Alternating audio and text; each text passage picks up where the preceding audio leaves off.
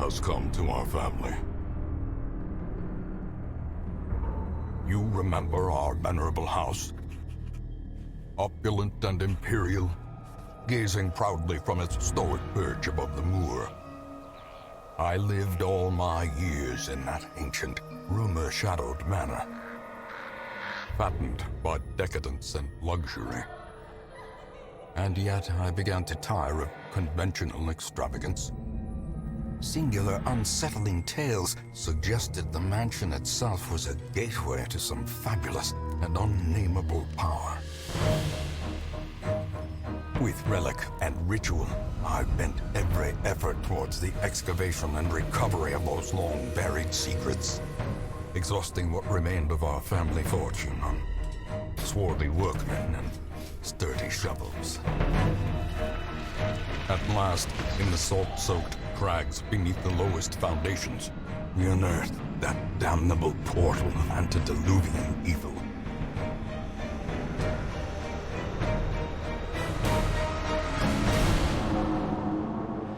Our every step unsettled the ancient earth.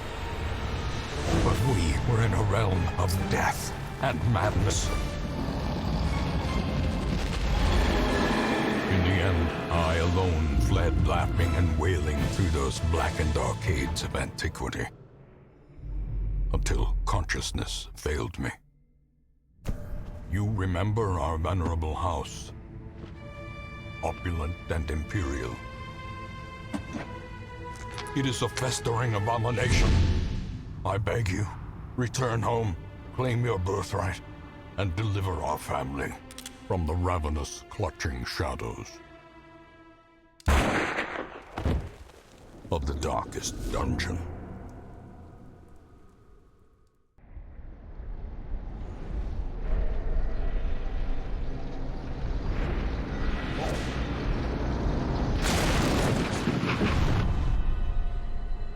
You will arrive along the old road.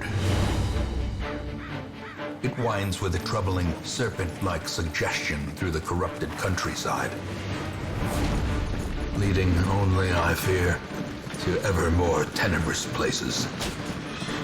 There is a sickness in the ancient pitted cobbles of the old road, and on its writhing path you will face viciousness, violence, and perhaps other damnably transcendent terrors.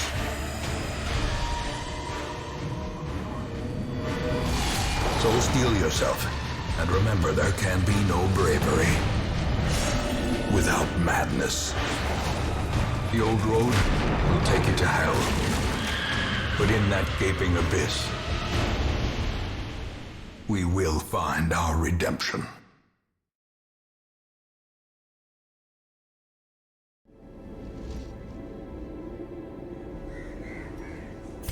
Simple folk are by their nature loquacious, and the denizens of the hamlet were no exception.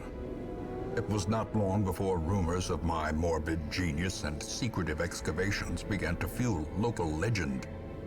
In the face of my increasingly egregious flaunting of public taboos, awe turned to ire, and demonstrations were held in the town square.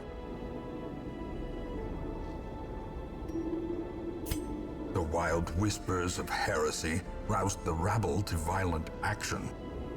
Such was the general air of rebellion that even my generous offer of gold to the local constabulary was rebuffed. To reassert my rule, I sought out unscrupulous men skilled in the application of force. Tight-lipped and terrifying, these mercenaries brought with them a war machine of terrible implication. Eager to end the tiresome domestic distraction, I instructed my newly formed militia of hardened bandits, brigands, and killers to go forth and do their work. Compliance and order were restored, and the noisome population of the hamlet was culled to more manageable numbers.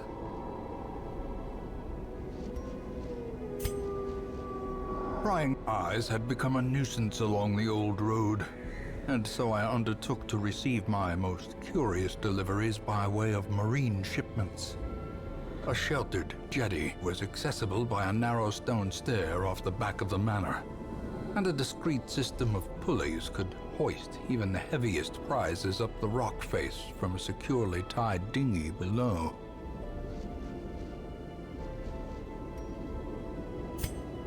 I employed a crew of particularly unsavory mariners, who for a time sailed the four corners at my behest, retrieving many valuable artifacts, relics, and rare texts. Predictably, they increased their tariffs to counter my intense stipulations of secrecy.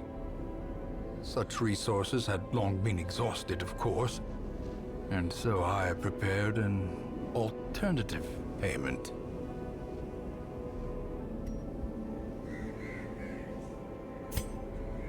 While the greedy dogs slept off their revelry, I hexed their anchor with every twisted incantation I could muster, imbuing it with the weight of my ambition and my contempt for their crude extortion. At the witching hour, the anchor pulled with preternatural force, dragging craft and crew down into the depths. They must have cried out, but no sound escaped the swirling black waters.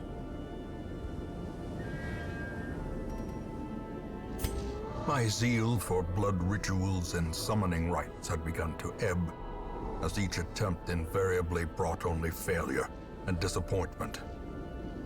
Progress was halting, and the rapidly accumulating surplus of wasted flesh had become burdensome.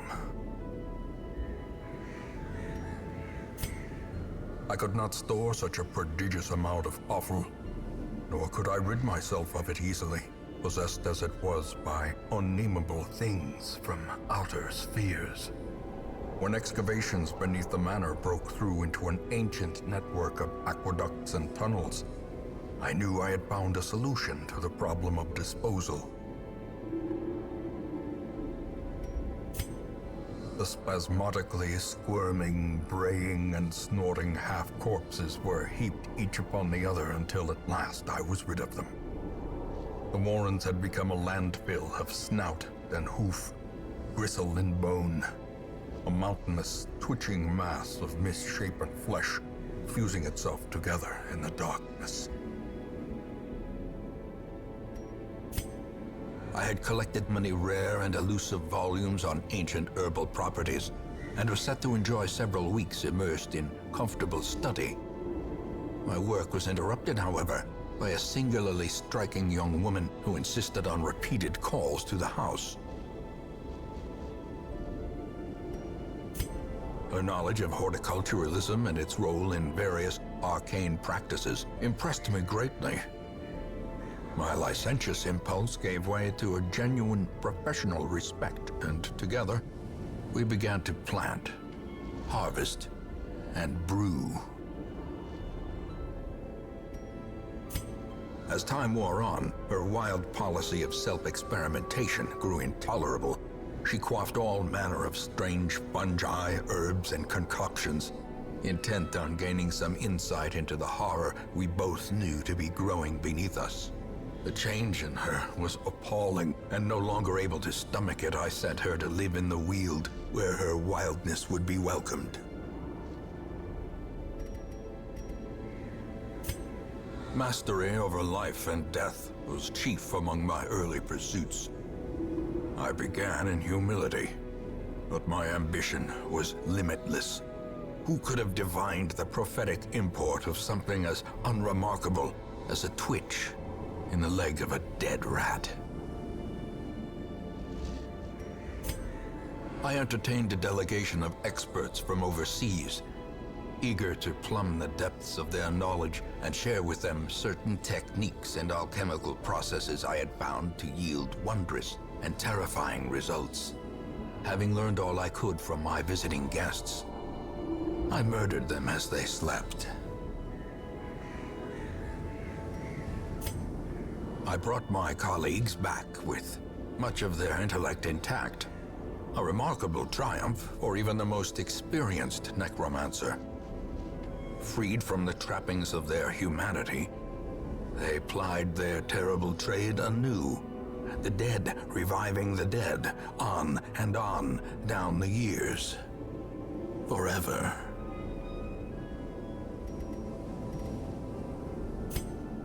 Excavations beneath the manor were well underway when a particularly ragged indigent arrived in the hamlet. This filthy, toothless miscreant boasted an uncanny knowledge of my ambitions and prognosticated publicly that, left unchecked, I would soon unleash doom upon the world. This raving creature had to be silenced, but doing so proved maddeningly impossible. How had he survived the stockades, the icy waters, and the knives I delivered so enthusiastically into his back? How had he returned time and time again to rouse the townfolk with his wild speculations and prophecies? Finally, resigned to his uncommon corporeal resilience, I lured him to the dig. There, I showed him the thing and detailed the full extent of my plans. Triumphantly, I watched as he tore his eyes from their sockets and ran shrieking into the shadows, wailing maniacally that the end was upon us all.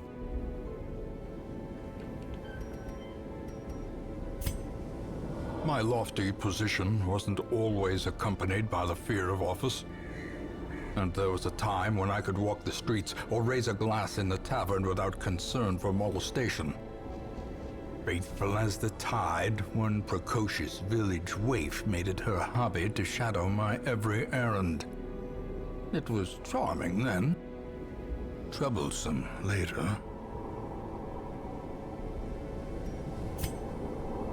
In financial desperation, I struck a bargain with the ancient things that surfaced in search of sacrifice when the moon was right. Their price was the delivery of an obscure idol, and one other item of more troubling portent. The pact struck. My newfound accomplices slipped silently beneath the brackish water. A fearful stirring at the edge of the torchlight betrayed a familiar witness, and gifted me with malign inspiration. Under the blood moon, I lured my wide-eyed prey to the pier's edge. Before she could properly appreciate her position, I clamped on a manacle, chaining her to the leering idol. A small push was sufficient to send both into the icy waters. And when at length the tide receded, jewels of the most magnificent grandeur lay scattered upon the shore. The ways and rituals of blood sacrifice are difficult to master. Those from beyond require a physical vessel if they are to make the crossing into our reality. The timing of the chants is imperative. Without the proper utterances at precise intervals, the process can fail spectacularly. My first attempts at summoning were crude, and the results disappointing. I soon found, however, that the type and condition of the host's meat was a critical factor. The best results came from pigs, whose flesh is most like that of man.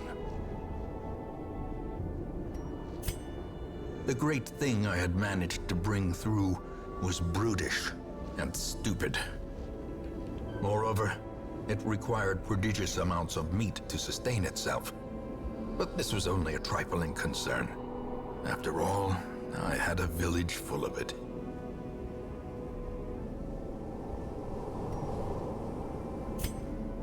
Madness can take many forms, but none so contemptible as man's belief in a mythology of his own making.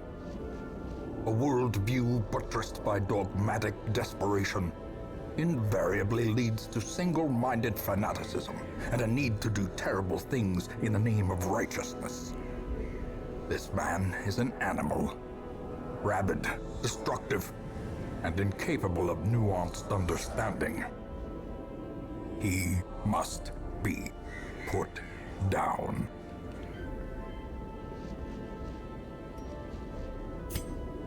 The courtyard and gardens surrounding the manor were once a point of pride for the diligent custodians I employed. Great banquets and lavish social affairs were hosted here under the stars. Despite the expectation of propriety normally ascribed to those in our position, we mocked the stoic melancholy of the moss-covered fountains and cherubic statues, our salacious trysts half hidden in the hedgerows, our morality slipping ever deeper into the mud.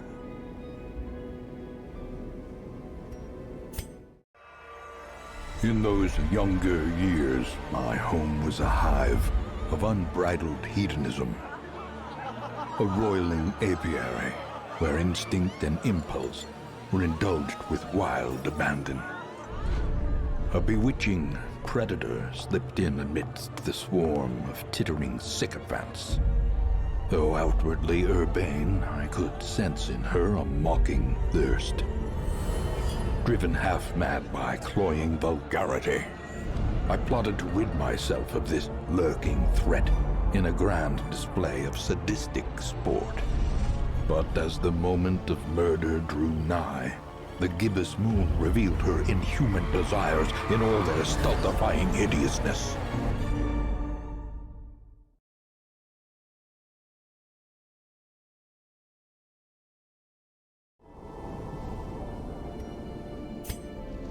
They would arrive in teeming hordes, adorned in powdered wigs and pretension, seeking to slake their thirst on wine and indecency. As intoxication invariably took hold, innocuous frivolities would escalate to ever more disturbing diversions. Orchestrating the hideous affair was a hunchbacked fiend who seemed to delight in proportion to the suffering he caused.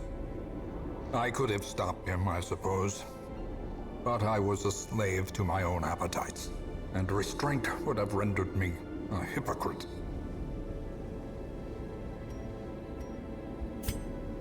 The feasting and revelry would last for weeks at a time. Great stone tables were set with such an abundance of rare delicacies that we would stuff ourselves until the exotic became mundane. When the lavish spread began to spoil, a ravenous gourmand gleefully proposed that we sample from the fetid pile of composting refuse. The notion was dismissed as decidedly unhealthy. But days later, he was found cackling madly atop a heap of rancid comestibles, licking his fingers in delight.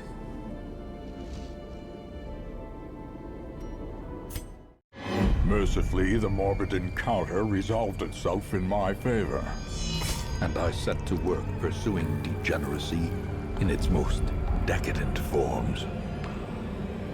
The air pulsed with anticipation as I revealed the unnatural terroir of the house vintage. But my exultation was cut short as the attending gentry turned upon themselves in an orgy of indescribable frenzy. A single drop of that forbidden tannin gifted me with a dizzying glimpse of the hibernating horror beneath my feet, and in that moment, I understood the terrible truth of the world. I stood reborn, molded by newfound knowledge, my head throbbing to the growing wine of winged vermin come to drink the tainted blood of the darkest dungeon.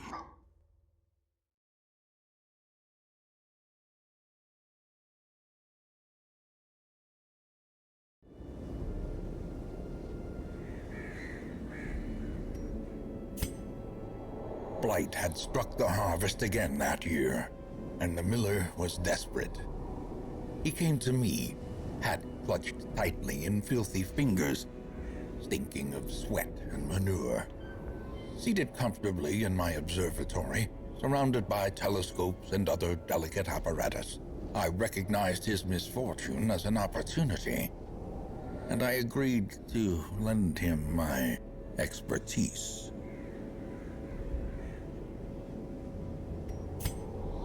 Slabs etched with certain celestial designs were erected around the perimeter of the farmstead.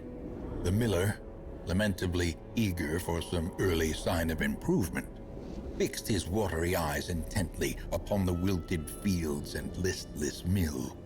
My gaze, however, was cast skyward, and I marveled at the limitless profanity of the stars, wondering what harvest might come.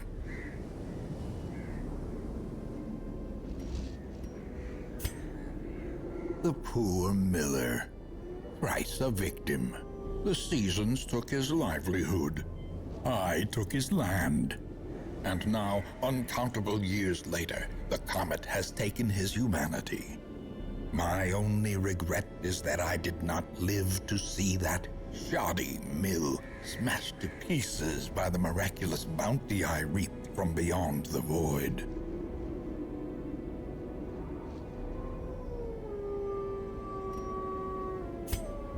Once again, the stars are right, and the manor sits at the very epicenter of cosmic unrest. Cultists rally to their twisted idols, and great gongs sound in anticipation of the coming sacrifices. Far below, life-laden shadows pulse to the unrelenting rhythm of a beating heart. The thing has no name, for it needs no language. Nevertheless, those who would submit to its wordless will are rewarded in a fashion. The creature's blessings are as repulsive as they are robust. Twisted, half-human monstrosities stalk the flesh-ridden halls, protecting their gestating god. The interminable stone holds are but an antechamber. The creature is vast beyond measure, and must be battled from within. Step over the threshold, and let the terrible truth worm its way into your mind.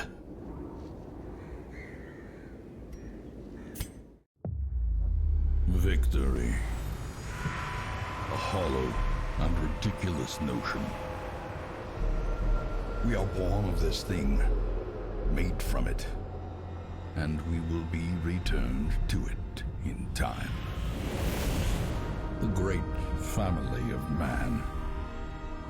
A profusion of errant flesh, multiplying, swarming, living, dying, until the stars align in their inexorable formation, and what sleeps is roused once more, to hatch from this fragile shell of earth and rock and bring our inescapable end. So seek solace in a manner befitting your lineage, and take up your nugatory vigil, haunted forever by that sickening prose echoing through the infinite blackness of space and time.